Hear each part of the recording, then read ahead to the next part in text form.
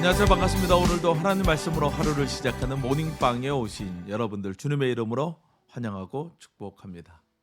자신만의 길을 묵묵히 가는 사람, 때로는 느려 보이고 답답해 보이기도 하지만 그런 사람이야말로 마침내 자신이 이루고자 하는 것을 이루게 되는 것이죠.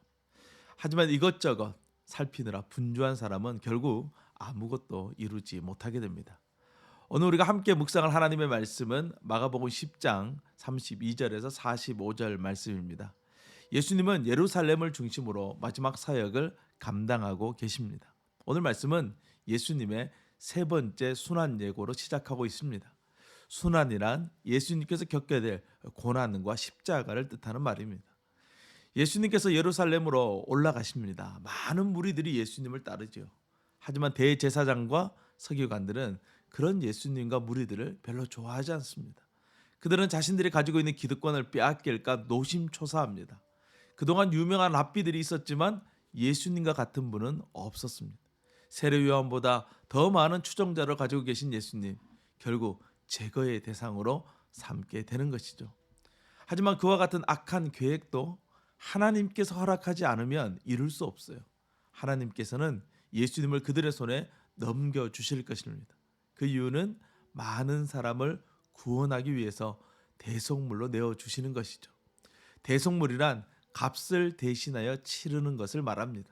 예수님은 우리가 치러야 될 죄의 값을 대신 치르시기 위해서 이 땅에 오셨습니다. 예수님은 자신이 당할 고난에 대해서 말씀합니다. 하지만 제자들은 예수님의 그 고난에는 관심이 없어요. 제자들은 예수님을 통해서 얻게 될 이득에만 관심이 있습니다.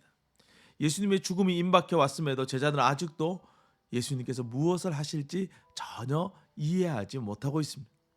우리도 때때로 주님의 뜻을 따르려고 하기보다는 나의 뜻을 이루려고 주님을 이용하려 할 때가 있지 않습니까? 말씀을 내가 원하는 대로 해석하고 적용하려는 교만한 마음이 우리에게 있지 않습니까?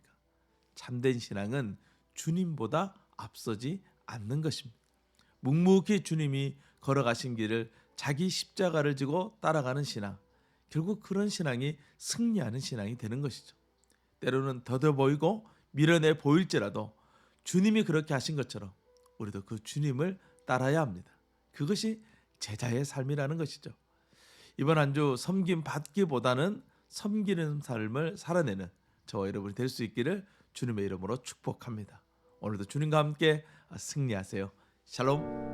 주님 나를 택하사 잃어버린 자에게 아버지의 사랑을 나누게 하시네. 어둠을 밝히며 차가운 마음 녹이는 진리의 빛 전하게 하소서.